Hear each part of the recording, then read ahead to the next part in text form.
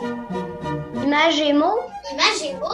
Imagemo. Imagemo. Imagemo. Imagemo. Imagemo. Imagemo. Bonjour, c'est Marie Lalande au micro d'Imagemo à voix haute, épisode du 2 avril 2022. En première partie, aujourd'hui, à Dis-moi ce que tu lis, on rencontre Isabelle Denis, enseignante de 6e année à l'école Chemin du Roi à Berthierville, et deux de ses élèves, Myriam Gravel et Damien Chaussé. Ensuite, Marie Barguirdian et Mathilde Routy nous font découvrir l'album Seul avec soi de Geoffrey Hayes, publié aux éditions Le Lièvre de Mars dans leur chronique littéraire Raconte-moi une histoire. Et en fin d'émission, dans la chronique Coup de cœur de libraire, Laurence Letourneau-Pilon de la librairie Le Sentier à Sainte-Adèle nous fait des suggestions de bandes dessinées. Tout plein de livres à découvrir encore aujourd'hui.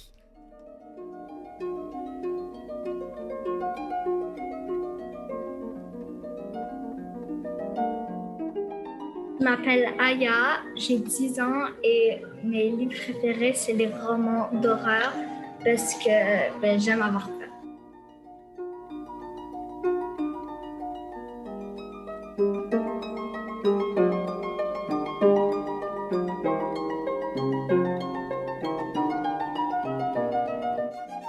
Je m'appelle Mathieu, j'ai 12 ans. Lire pour moi, c'est important parce que ça m'aide à me calmer quand j'ai des moments difficiles.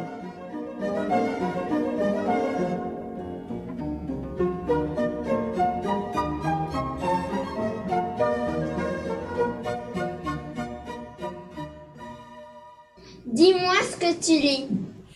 Dis-moi ce que tu lis, c'est le moment de l'émission où on rencontre des gens qui lisent les livres jeunesse.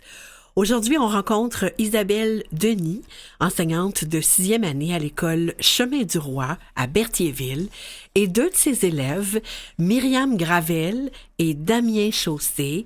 Bonjour à vous trois. Bonjour Marie. Bonjour Isabelle, est-ce que tu peux nous parler un peu de ta classe, du milieu dans lequel tu enseignes et de la place, surtout la place qu'occupe la lecture dans ta classe? Avec plaisir, Marie. En fait, je vais aussi parler un petit peu de mon parcours. J'enseigne depuis 23 ans et je peux dire que la majorité du temps où j'ai enseigné, ça s'est passé en 6e année. Et je te dirais que nos écoles sont situées dans un milieu qu'on dit défavorisé, mais on a une clientèle d'élèves clientèle d'élèves et de parents, tu sais, qui sont très reconnaissants, très humains, très chaleureux. Donc, on est quand même dans un très beau milieu. Et cette année, j'enseigne en enseignement intensif de l'anglais et j'enseigne la philosophie académique. Mm-hmm. Et c'est ça. En fait, ce que je peux te dire par rapport à ce que j'ai fait dans ma classe, c'est que il y a eu un changement parce que je n'ai pas toujours fonctionné de cette façon-là. À ma 15e année d'enseignement, j'ai fait un grand changement de pratique. J'ai découvert qu'on pouvait enseigner avec de vrais livres. Puis c'est là que je suis tombée comme un peu comme heureuse, donc plus sur mon X. Et quand je dis découvert, c'est que j'ai découvert qu'on pouvait enseigner avec des livres. Puis parce que, tu sais, moi, comme élève, étant élève, on ne m'avait pas enseigné nécessairement avec des livres.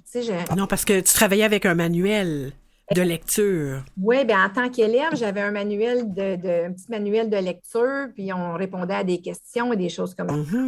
Puis dans ma formation universitaire, je ne peux pas dire non plus que j'ai eu des cours où on m'a appris à enseigner à mes futurs élèves avec des livres. Puis quand j'ai découvert, il y a 8 ans, les ateliers de lecture et d'écriture, bien, ça a changé ma vie. Donc, tu sais, pour la première fois, j'avais vraiment l'impression d'être sur mon X, puis j'avais vraiment aussi l'impression de faire une différence. Donc, c'est ça. Donc, dans ma classe, Marie, c'est tout simple.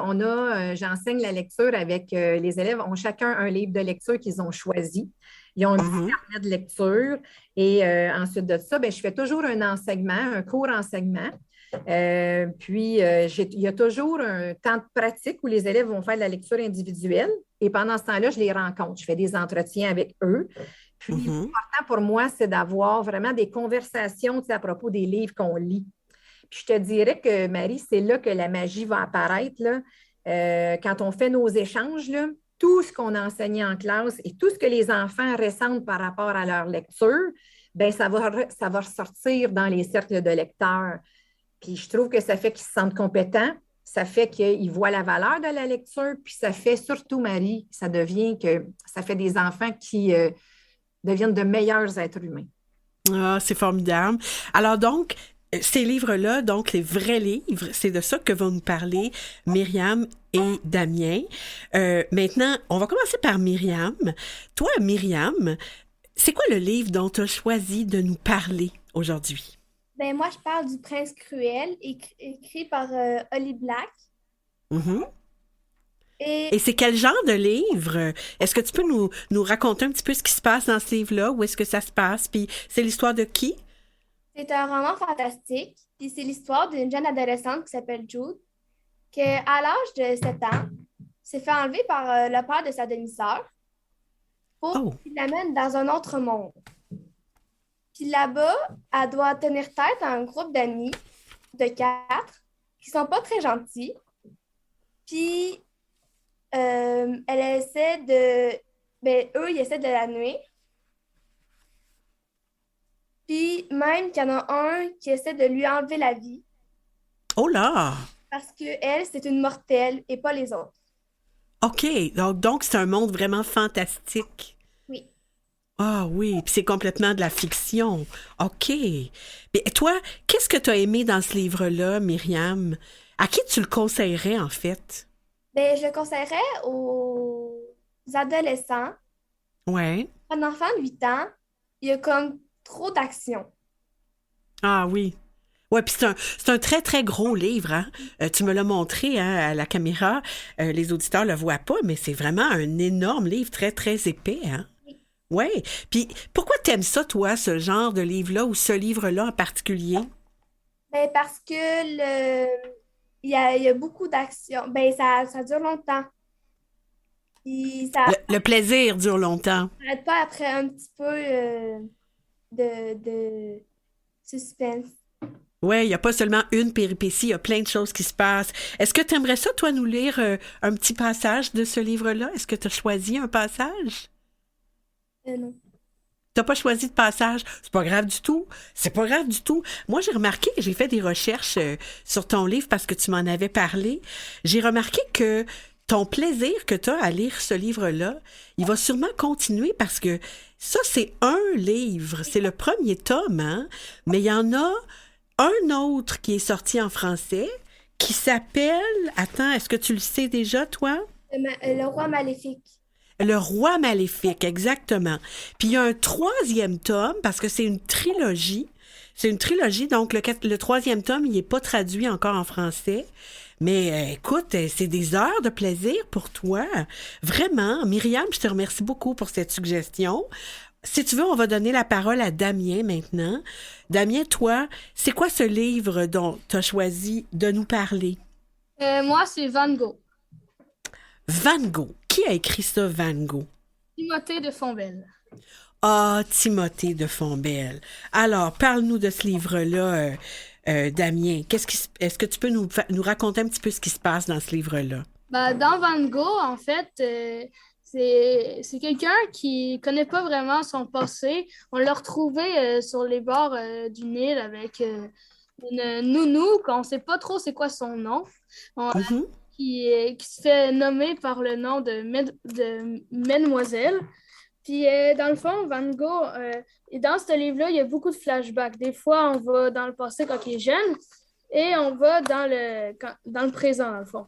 Puis, OK. quand il est dans le présent, on va remarquer qu'il y a des personnes qui veulent un peu sa peau, mais on ne sait pas trop pourquoi. Il se fait poursuivre pour avoir commis un meurtre qu'il n'a pas fait. Puis, Ah oui, fait que lui est en quête de son identité, en fait, hein? ouais. Ah, wow! Puis là, le livre, l'édition que tu as, toi, c'est la version intégrale, hein? Oui, c'est la version intégrale parce qu'il y a en fait 2 tomes. Mhm. C'est 2 tomes qui se suivent, là, dans le fond. Là. Qui suivent, c'est ça. Oui, oui. Puis donc, dans l'édition que tu as, il y a vraiment... Et ça aussi, c'est un livre très épais.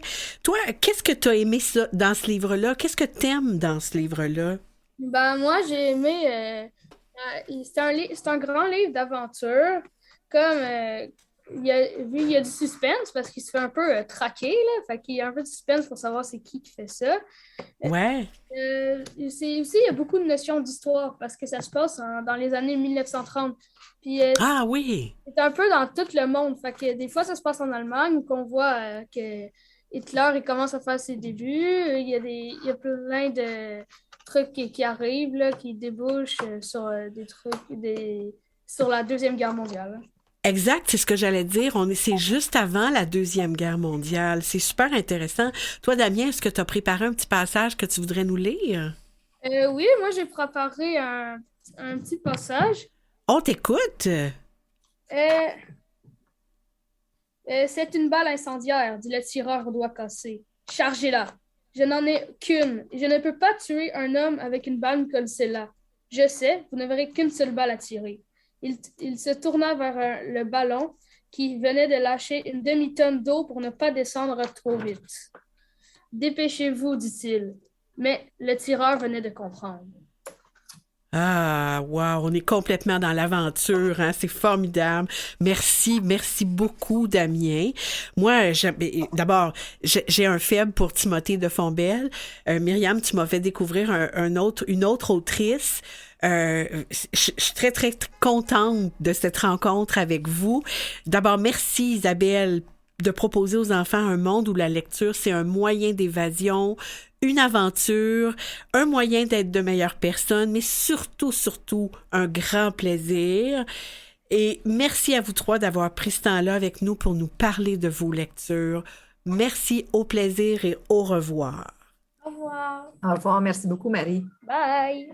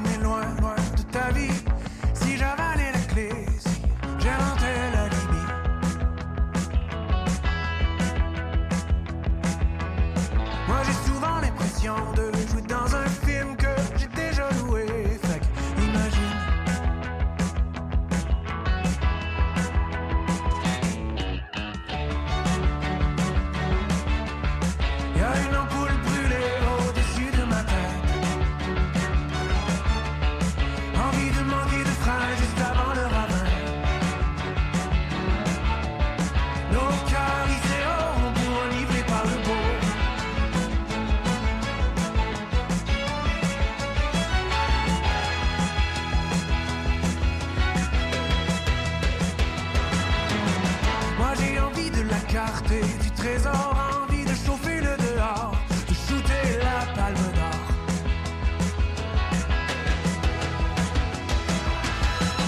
J'ai dessiné le plan, la grande évasion. C'est une révélation.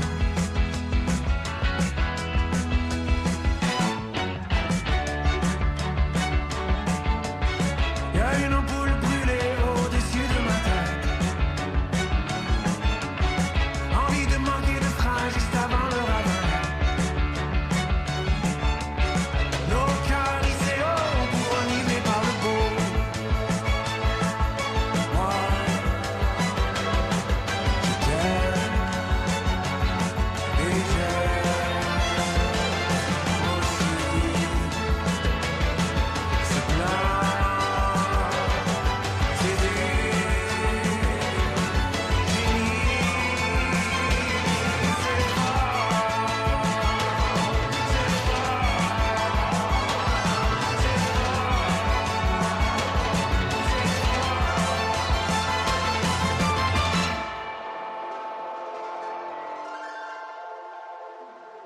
On écoutait La Grande Évasion de Patrice Michaud parce que c'est ça aussi la lecture, une grande évasion.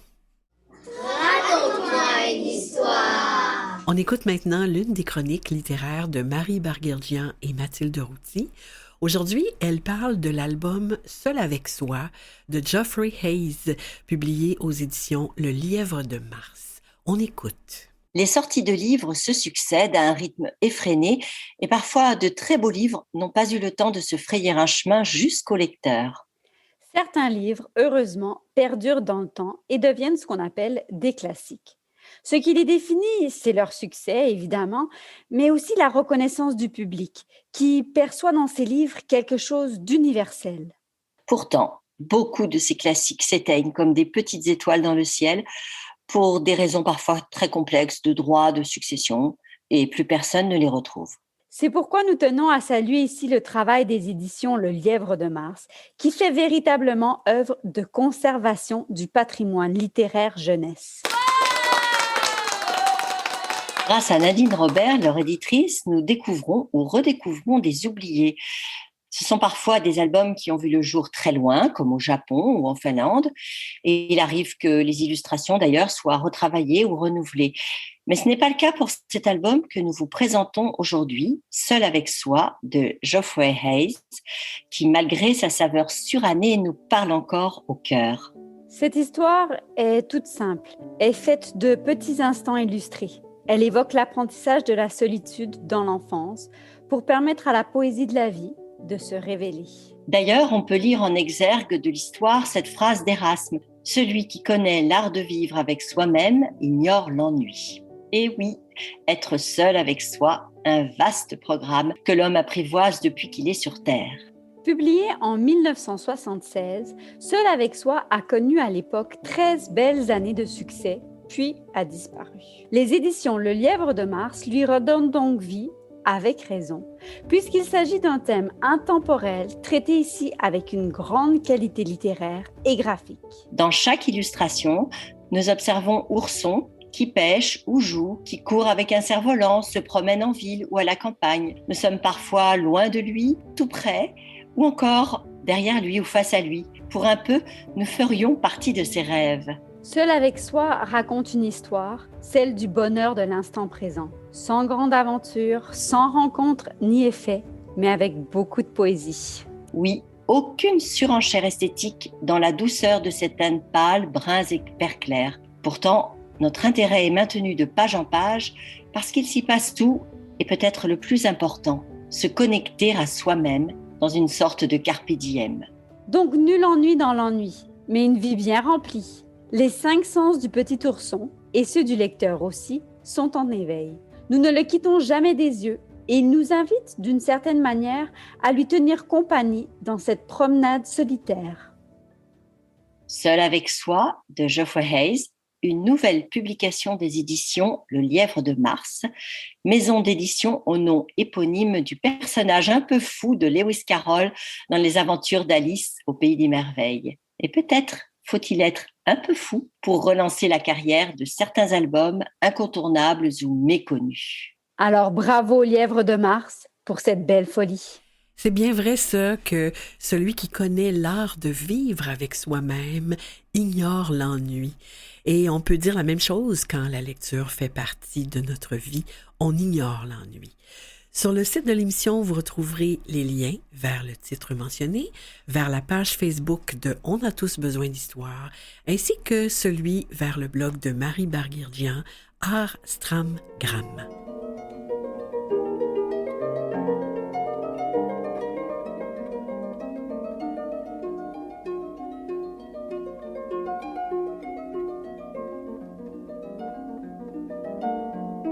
Je m'appelle Lily Rose, j'ai 12 ans et mon autrice préférée, c'est Stéphanie Lapointe parce qu'elle sait comment nous rentrer dans l'histoire et nous captiver.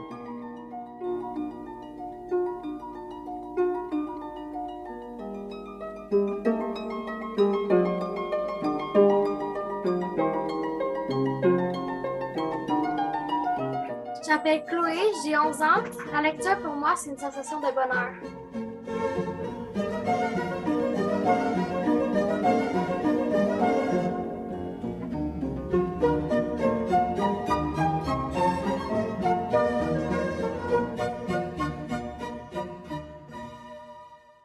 La chronique coup de cœur des libraires. Coup de cœur de libraire, c'est l'occasion de donner la parole à des passionnés de littérature jeunesse. Cette semaine, pour une deuxième fois cette saison, on se gâte, on accueille Laurence Letourneau-Pilon de la librairie Le Sentier à Sainte-Adèle. Bonjour Laurence. Bonjour Marie, merci de m'accueillir pour une deuxième fois. Ah, c'est un plaisir. Dans la chronique d'aujourd'hui, Laurence, vous nous parlez de bande dessinée. C'est un genre qui plaît beaucoup aux jeunes lecteurs. Sur sa page Facebook récemment, Élise Gravel a publié ceci. Élise Gravel, qui est une autrice québécoise, et donc, elle écrivait ceci, je le lis tel quel. Question, comment motiver les jeunes qui ne lisent que des bandes dessinées? Réponse, donnez-leur plein de bandes dessinées. Alors, Laurence, on écoute vos suggestions. En fait, tout d'abord, à la librairie, il y a de nombreux parents en fait qui demandent d'influencer leurs enfants en fait à lire des romans au lieu des bandes dessinées. Mais on se demande réellement pourquoi. Comme justement le mentionnait Élise Gravel, moi, mon objectif aujourd'hui, c'est de vous convaincre, c'est pas déjà le cas, que les BD, les bandes dessinées, sont des choix littéraires tout aussi valables qu'un roman, qu'un documentaire. Ah, c'est tout à fait pertinent. Oui. Puis, en fait, contrairement à des romans, la bande dessinée n'est pas toujours aussi explicite. Donc, l'enfant va devoir combler les informations qui sont manquantes à l'aide des expressions faciales des personnages, du contexte, des dessins, même de la typographie.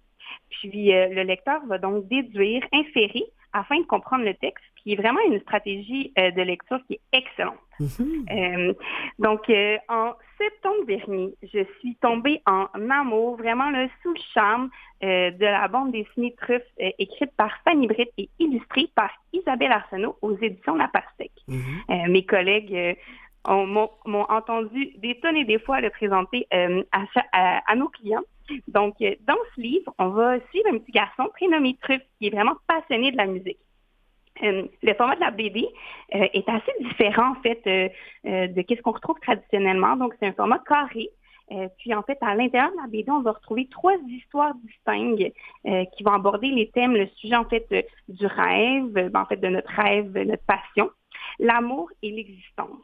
Puis, avec son ton humoristique, Fanny Britt, puis les illustrations d'Isabelle Arsenault, on va vraiment plaire, la BD va vraiment plaire à partir de, je dirais, des jeunes de 6 ans, mais va aussi plaire aux plus vieux parce qu'il y a plein de petits sous-entendus cocasses puis des merveilleuses références musicales. OK, donc Truffe, T-R-U-F-F-E. Exactement. OK. Puis, en fait, qui dit BD dit souvent aussi série. J'ai découvert en fait cette année une petite série de 3 livres qui se nomme Le Garçon sorcière, qui a été écrit par Molly Knox Ostertag des éditions Scolastiques. Dans cette histoire-là, en fait, on va vraiment suivre, c'est un monde totalement différent, où les filles vont devenir des sorcières et les garçons, eux, vont devenir des métamorphes. Un métamorphe, c'est un humain qui se transforme en animal. Puis toute personne qui contrevient, en fait, à cette tradition-là va être exclue de la communauté. Mais évidemment, notre personnage principal, Aster, lui, il sera pas capable de se métamorphoser, puis il va avoir vraiment une fascination pour la sorcellerie et il va pas juste avoir une fascination, mais il va vraiment avoir un pouvoir inné. Puis on va vraiment suivre ses aventures dans le fantastique. Qu'est-ce que j'ai réellement aussi apprécié de la bande dessinée, c'est la diversité qui est vraiment mise de l'avant dans la bande dessinée, dans tout le récit des 3 tomes. OK. Sinon, durant les fêtes, j'ai eu la chance de lire la bande dessinée autobiographique Nowhere Girl de Magali Lehuche aux éditions d'Argo. Donc, c'est une bande dessinée en français. C'est très typiquement français d'écrire un titre en anglais, mais bon. Oui. Donc, c'est l'histoire, en fait, d'une jeune fille qui commence le secondaire. Donc, c'est la transition, en fait, primaire-secondaire. Puis, qui va vivre énormément d'anxiété face à l'école, mais précisément vraiment la performance scolaire. Puis, au même moment, elle va découvrir pour la première fois le groupe les Beatles et va devenir une femme incontestable. Mais je dis femme, mais c'est vraiment, elle va avoir une obsession. Ah oui, une fan finie, là. Vraiment, vraiment. Puis, on va avoir des faits sur les Beatles. On va vraiment vivre aussi son anxiété à travers les dessins de Magali Lehuche. C'est vraiment, vraiment émouvant. On rit, mais c'est un peu dramatique à la fois. J'ai adoré. La seule chose, c'est qu'au niveau de la typographie, c'est une typographie qui est cursive, puis les sujets sont un petit peu plus délicats, donc je la conseillerais à un lectorat un peu plus avancé, donc de 10 ans et plus. On va parler de santé mentale et de puberté aussi, là. Donc, plus vieux, des lecteurs un petit peu plus vieux. Oui, à partir du 3e cycle, exactement. Puis là, je ne sais pas si tu es au courant que ça existe des BD documentaires. Ah non, je ne savais pas, non? Donc, c'est vraiment moins connu. Moi, je dois avouer que je suis vraiment une amatrice. Ça nous permet vraiment d'apprendre certaines choses sur un sujet plus précis. Puis, souvent, il y a des petites blagues qui sont mises de l'avant. S'il y avait une ou peut-être en fait 2 séries que je vous conseillerais pour découvrir justement, c'est Les insectes en bande dessinée de Christophe Canezoz et Les animaux marins en bande dessinée du même auteur chez les éditions Bambou. Okay. En fait, sur chacune des planches, une planche c'est vraiment une page dans le vocabulaire de la bande dessinée, on va découvrir un animal ou des comportements animaliers. Donc on va avoir vraiment des informations. Des fois, il y a même un petit encadré. Puis c'est super intéressant, puis on n'a pas besoin justement de dévorer toute la bande dessinée, donc les lecteurs qui sont comme un petit peu plus de difficulté, ça va vraiment leur plaire.